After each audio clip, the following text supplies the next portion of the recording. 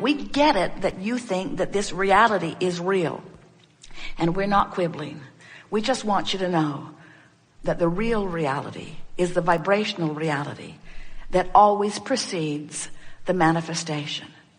And if you can just hear us when we say to you that your emotions are not about your observation of the reality that has already taken shape and form. Your emotions are about the reality that is in the vibrational sphere that you are moving toward. In other words, what you feel is about this vibrational reality and your relationship to it. That was big. Did you get that? We have not said that clearly before. So here, we'll say it again.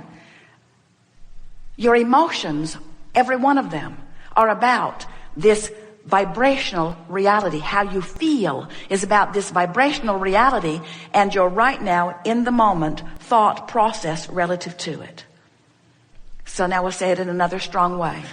If your life in this body had not caused you to move to a new place vibrationally, and if the larger part of you had not already taken it as the new and improved you and become it, present tense, you would never feel negative emotion. So negative emotion means every single time you've expanded to something that you're disallowing with your current active thought. So think about what that means. If you are paying your bills and feeling discouraged, that discouragement is based upon what you are calling reality. We say, no, that isn't it. That discouragement is not because of your current reality. It's because of your depriving yourself of your vibrational reality. You see, we know as physical beings, you've been using words like faith and hope for a while, a long while. And we want you to understand that what the true accomplishment that a feeling of faith or hope will give you is it causes you to distract yourself from beating the drum of what is. And it puts you in a suspension that allows what is already amassed vibrationally to manifest physically. And if you don't allow that release of resistance, it can't manifest. We get it that you can't look at a situation and really define it differently than it is. There's too much fact, too much evidence, too many others focused upon it and pointing at it in the same way. We get that. But we want you to withdraw your attention from the evidence that is holding you in the evidence. We want you to stop holding yourself in the evidence that is less than you want and allow yourself to flow freely into the vibration, and we promise you the evidence will follow. Everything that you want is in this vortex of creation. Now, we've spoken it vibrationally, which is a little less comfortable for you to hear. Now we're going to break it down and give you the same seminar that we just gave you in physical terms. You can't focus on what you don't want and get what you do want at the same time. It's one or the other. And whatever you're focused upon, you're practicing the vibration of, and it's becoming very vivid in your vibration, and law of attraction is giving you what you think about whether you want it or not. When you think about what you don't want, or even better stated, when you think of less than what you do want, you won't feel as good as you can feel. When you think about what you want, even if it hasn't manifested, you'll feel great. Everything that everyone wants is because you think you will feel better when you get it. And so what we're suggesting is that you feel better even before you get it in terms of manifestation, that you go for the feeling, which is the reason you're asking for it anyway. And when you go for the feeling and accomplish the feeling and maintain the feeling and practice the feeling and get in the vortex and be in the vortex and stay in the vortex and sustain your vibration in the vortex and practice the vibration of the vortex until you are chronically someone who's in the vortex, each and everything that you've ever asked for must come into full manifestation view for you, where everyone you know who is anywhere nearby can see it and hear it and smell it and taste it and touch it. And then they will say to you, hey, how'd you do that? And you will say, I stopped worrying about the absence of it and started feeling the vibrational presence of it, and I tuned myself to the vibration of it, and then it just showed up. That's how it works. If whenever you think about having something wanted, if it makes you aware that you don't have it, then the more specific you are, sometimes the more specifically resistant you are. It's like every subject is two subjects. You pick up a stick that has something wanted on one end, the absence of it is on the other. So you have to decide which end of the stick you are vibrating usually on. So if it's easy for you to imagine the details of the bus, if thinking about it in fact feels so good to you that it takes you right into the vortex, then we would say the more specific you are, the faster it will come. But if thinking about it reminds you that you don't have it, then the specifics of it slow you down. So that's why it's a sort of molding thing. The answer to the question is, be as specific as you can be while still feeling good. So another way of looking at it is, by meditating and quieting your mind, the vortex will take you in. So once you are in the vortex feeling good, now begin pondering this desire. And as you ponder it, if you're able to still remain feeling good, then ponder it with more detail. And if you still feel good, ponder it with more detail. But if you get specific enough that it activates your awareness of lack, then the vortex will spit you out. Then you start the process over again. Get into the vortex in whatever easy way you can. Maybe by focusing on some subject that every time you think about it, you easily get into the vortex. Esther has a handful of those. She cannot think about the treehouse back home in Texas without going right into the vortex. And it's funny because she doesn't think about being in the treehouse. She thinks about the people who were building it and the joy they felt while they were building it. She had far more joy in the building process than in anything that she's done in the treehouse since then. But that treehouse and those men building that treehouse, they were like little boys again. It took longer to build that treehouse than it does most big houses. Because they were having so much fun, they never wanted it to end. And every board is a specially cut board. In other words, they just got in there and they milked it for all the fun they could get out of it. And when Esther thinks about the treehouse, she goes right there. Lovable cat takes her right into the vortex, unless she remembers that she got run over last year, and then right out of the vortex she goes. In other words, as you find a subject that takes you into the vortex, then milk it. That's what we mean by do your affirming from inside. So we teach meditation because, and you may laugh at this, it's easier to teach most of our friends to have no thought at all than to have pure positive thought on their subjects of desire. Because so many subjects of desire are laced with awareness that it hasn't come yet. And yet, what we're teaching is deliberate creation. In other words, what could be better than to be in the vortex, flying high, focusing your thought, and watching things come about? That's what you really intended, you see. So was that clear? Get in the vortex any way you can. Maybe meditation is the way. And once you're in there, think until the vortex throws you out.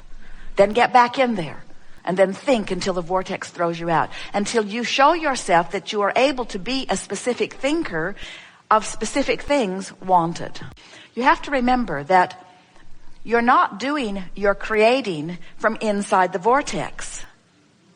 You're doing your allowing from inside the vortex. You did your creating from outside the vortex. Most of it, I know what I don't want. Almost all of your asking happened from outside the vortex. So you ask and put it in there. Now your work is to allow. And sometimes when you start trying to create, it blows you out again. And here's the law that we want you to understand. The vibration of a question and a vibration of the answer are very different vibrations. The vibration of the problem and the vibration of the solution are very different vibrations. So when the problem has bounced you to the solution, can you see how your work is not to think your way in, but to feel your way in, or to quiet your mind and stop resistance? If you weren't doing that thing you do that keeps you from the vortex, you'd be in there. And that thing you do is thinking thoughts that are resistant to the vortex. So meditation, easy way in. Appreciation, easy way in. Chronic appreciation would hold you in the vortex. Chronic meditation would be a very boring life. Law of attraction is an across-the-board law that responds to all vibration. Source is a vibration. Law of attraction is responding to vibration. So that's why we say as you explore here in the contrast of your physical world and you expand, Source takes that expansion and holds the vibration of that expansion. Then law of attraction responds to that vibration, and that's what fleshes out the vibration and makes it the manifestation that then you call real world. So the difference between law of attraction and source is that source is a vibration that law of attraction responds to. All that has been lived has culminated into this vortex of creation that you are right now calling source. In other words, this source is a pure vibration that holds no resistance. So when law of attraction responds to this pure vibration that holds no resistance, that's why eternity is assured. And that's why well-being is promised, you see. So here's human out here worrying about this, shooting that one, killing that one, robbing from that one, plundering that one, worrying about all kinds of things. But as man has those experiences, he asks for improvement, which source becomes. And so that's why we can unequivocally state to you that this source that you want to call God or source, we're calling it all that is, that expanded vibrational reality is the synthesizing and the best that is erupted out of all that has been lived. Ooh, it's so powerful. That's why we can stand here and assure you that well-being is the order of your universe, and that while as a human you can temporarily pinch yourself off from it, that the well-being of all that is and the well-being of your planet is assured, because when you ask, it is given. And there aren't enough of you, even though it's all of you, there aren't enough of you in physical form to pinch yourself off simultaneously from that which is source to do any real damage to this well-being that is promised, that source has become. In other words, that's old news anyway. Over here is where life is, you see. That's why we never worry about your planet becoming deteriorated or it disintegrating or life becoming less, because it defies the laws of the universe. The contrast makes it become more. And even no matter what the state of it is that you all might be examining and calling, look at the way life is, we say, whatever is the state of being that any of you are looking at, it's old news. And that old news has produced new, better news that source is a vibrational equivalent to. That's why you must know your planet is not in peril. So there isn't anything that we know that is important that you don't right now know.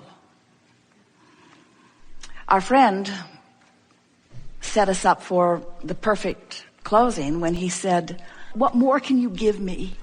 What more can you give me so that I can make this work for me?" And we say, "You have it all." You have it all. So what you want to do is just start applying it, which means get out there and have some step one moments and feel the discord in those step one moments. But next time you're having a step one moment where the problem is flailing, where what you want is missing, and where the negative emotion is flying high, next time you are in that moment, you'll be able to do something that you've never done before. You'll be able to say, "Oh, you bugger of a problem." As you come into focus, a solution beyond my wildest dreams is formulating equally. And therefore, I love you.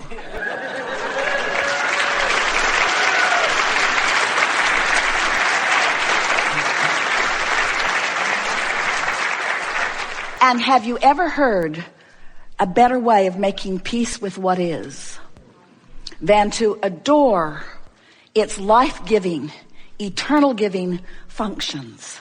It's like embracing all that you are. It's like finally knowing why you're here. It's like appreciating the contrasts that surround you.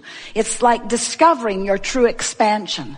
It's like finally defining the universe in its rightness rather than in its wrongness. It's like giving up all struggle and finally being who you are. We have enjoyed this interaction more than words can describe, and we leave you here blissfully. We want you to understand that we are eternally in the vortex.